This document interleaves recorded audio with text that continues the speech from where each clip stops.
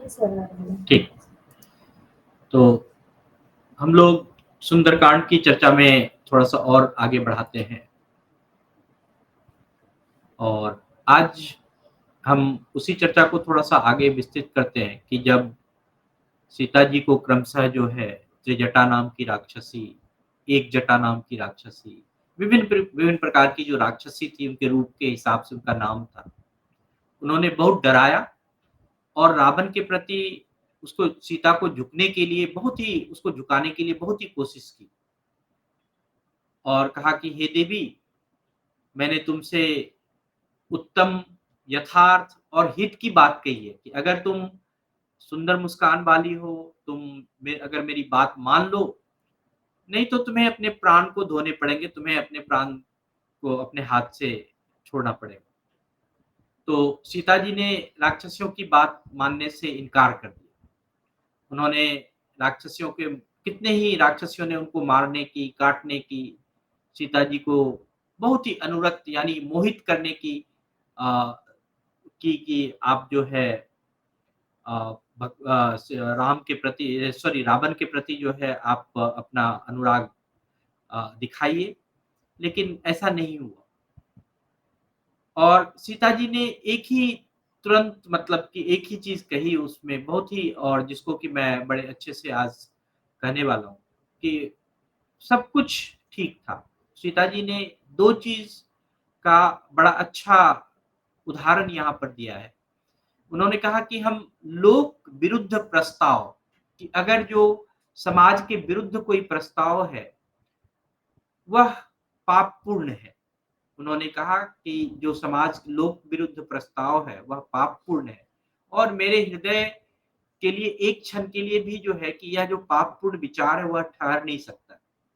इसीलिए जब भी अगर हम बात करें कि अगर हम सीता जी को कितनों ही उसने राक्षसियों ने सीता जी को प्रलोभन दिया, डर दिखाया, भय दिखाया, तब भी सीता जी ने जो है कि लोक विरुद्ध और पापपूर्ण विचार अपने मन में नहीं लाया। वहाँ पर उन्होंने कहा कि बड़े ही अच्छे से कहा कि मेरे पति तो दीनहीन हो सकते हैं, वो यहाँ पर नहीं हो, वो राज्यहीन हो सकते हैं कि उनके पास राजा नहीं है, लेकिन फिर भी वो मेरे स्वामी हैं। तो जो स्वामी का जो एक परिकल्पना है किसी के चाहे वह किसी के पति-पत्नी का स्वामी हो, चाहे वह आपके जो भी जन्मदाता है वह आपके माता-पिता एज़ ए स्वामी हो या आपका पालनहार जो है वह एज़ ए स्वामी हो, कोई राजा है जिसने कि आपकी रक्षा के लिए बहुत सारे प्रबंध किए, वह आपका स्वामी हो सकता है। कभी-कभी स्वामी जो है कि हम अपने मालिक को कहते हैं कि जहाँ पर हम काम करते हैं। तो जब भी हम ये स्वामी का जो कांसेप्ट है, ये जो स्वामी की जो एक परिकल्पना है, वह गुरु के समान है। स्वामी का मतलब यह नहीं है कि वह जो है आप पर राज्य कर रहा है, वह आप पर डंडा बरसा रहा है। स्वामी का एक जो भाव है और वह भाव कैसे आप मानेंगे, वह एक गुरु के समान है। गुरु का अर्थ होता है कि जो सही दिशा दिखाए, जो सही ज्ञान दे। तो जब भी ये अनुरक्ति है, जो भी हम किसी के प्रति जो है प्रेम करते हैं, मोह करते हैं, वह सिर्फ़ और सिर्फ़ किसी भय से नहीं होना चाहिए। वह एक गुरु के समान होना चाहिए और गुरु की जो परिकल्पना है, वह है कि जो आपको सही, गलत, अच्छे, बुरे आपके साथ हर चीज़ के बारे में जो ज्ञान योग्य बात करे, जो आपके ज्ञान वर्धन करे, वही गुरु है। तो उन्होंने सीता जी ने बड़ा अच्छा उन राक्षसियों को उदाहरण दिया कि तुम भले ही तुम मुझे खा जाओ, किंतु मैं तुम्हारी बात नहीं मान सकती। मेरे पति दीन हो अथवा राज्यहीन हो, वे ही मेरे स्वामी हैं, वे ही मेरे गुरु हैं। मैं सदा उन्हीं में अनुरक्त हूँ और अनुरक्त रहूँगी। उन्होंने बहुत सारा उदाहरण दिया और सिर्फ एक सीता जी ही या स्वामी के उदाहरण के क्रम में नहीं है। सीता जी ने खुद अपने मुख से जो उदाहरण दिया है कि वो कही कि सुवर्चला जो है, वह सूर्य में अनुरक्त रहती है। सुवर्चला जो है सूर्य की पत्नी है और वह सूर्य के साथ अनुरक्त रहती है, बिना सूर्य के साथ ही उसका मोह रहता है, सूर्य के साथ ही वह मग्न रहती है और वह मंत्रमुग्ध रहती है। जैसे उन्होंने कहा कि महाभागा जो शची इंद्र की पत्नी है, वो हमेशा महाभागा जो है शची इंद्र की सेवा में उपस्थित रहती है। इंद्र जो है कहते हैं कि राजा, सबसे बड़ा राजा का उनको संज्ञा दिया गया।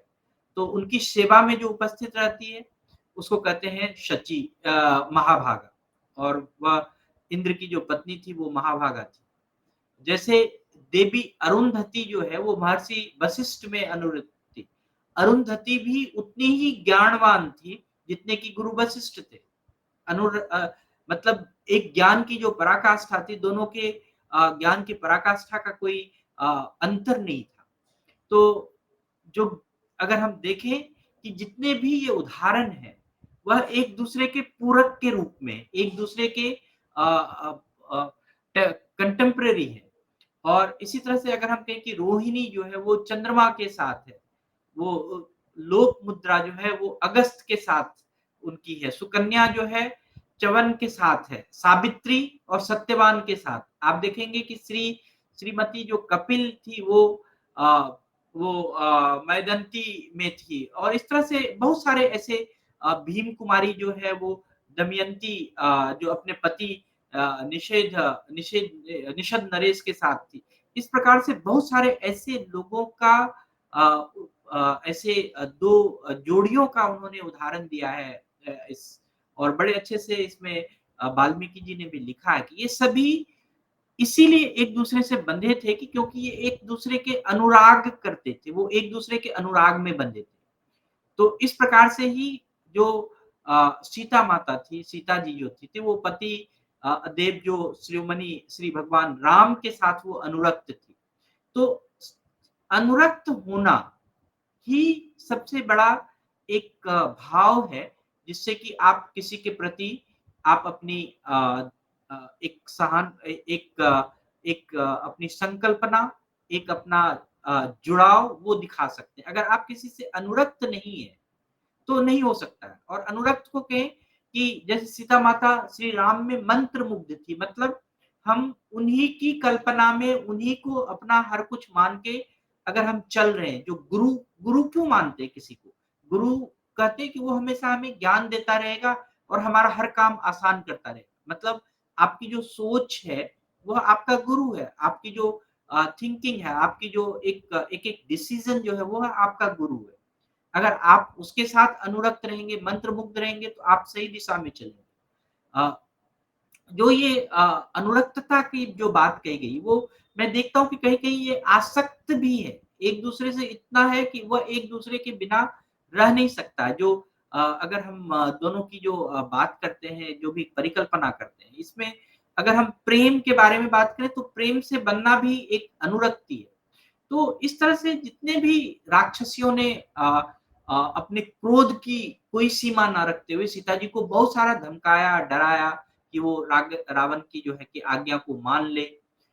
लेकिन सीता जी अशोक वृक्ष के नीचे चुपचाप छिपे थे, बैठी हुई थी, और ऊपर से जो है वानर राज वह पूरे परिदृश्य को हनुमान जी देख रहे थे कि वो सीता जी को कैसे राक्षसियों ने फटकारा, कैसे वो बात सुनती रही, कैसे राक्षसियों ने कुपित अपने तलवार से उनको कुपित किया, कैसे राक्षसियों ने मुक्के से, गदे से, वो सब प्रकार से, हर प्रकार से जो है कि उनको दिखाया, धमकाया, तब भी जो है कि सीता जी, जनक नंदिनी जितने भी चारों ओर भयंकर राक्षसियों से घिरी होने के बाद भी वह अपनी अनुरक्ति नहीं छोड़ी।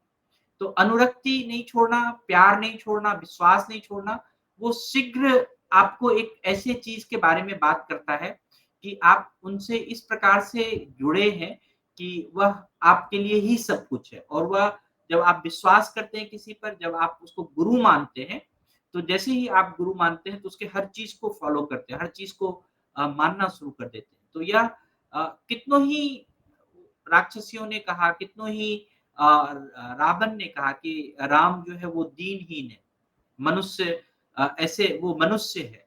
यहाँ पर ये जो रावण है, वो राक्षस राज है, वो उन्होंने सब देवताओं पर, हर चीज़ पर विजय पाया है। तो आप जो है कि ये मनुष्य, सिर्फ़ मनुष्य में क्यों मोह रखते हो? आप ऐसे विजयवान राजा पे मोह रखो।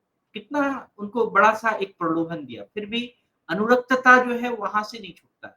और जब तक आपके जीवन में अनुरक्तता नहीं आएगी, जब तक जुड़ाव नहीं आएगा, तब तक आप किसी के प्रति आप अपना सबसे बड़ा जो हम कहें कि जो एक दायित्व है, वह नहीं पूरा कर सकते। दूसरी चीज़ है कि ये जो स्वामित्व का जो पति-पत्नी का जो एक संबंध है, वह कोई डर से नहीं है, कोई एक-दूसरे से कि हम हमारी बात माने, यह नहीं है। हमारी बात को माने के बदले में है कि वह उसी बात को मान रही है जो कि गुरु कहता है, वह गुरु के समान। तो आज के लिए मैं इतना ही कहूँगा। बहुत-बहुत धन्यवाद, बहुत-बहुत आभार। Thank you so much. जी, सर। So before we